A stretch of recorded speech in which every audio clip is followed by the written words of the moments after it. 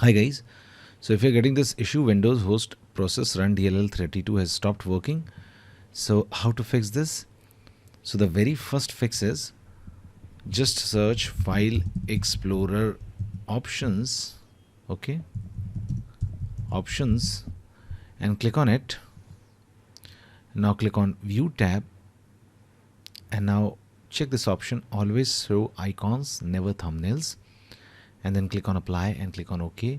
And now try again and your problem will be fixed. If this does not work, turn it back on again and do another fix, and that is go to this link, official link from Microsoft. I have given this link in the description of this video. Just open this link in any browser of your choice and now download this file and folder troubleshooter. Okay, open download page. Now double click on this.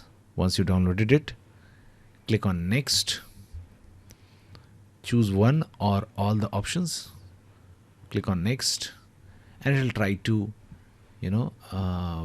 fix the issue with your computer. So that's it guys. Please do like the video to support us, and thanks for watching the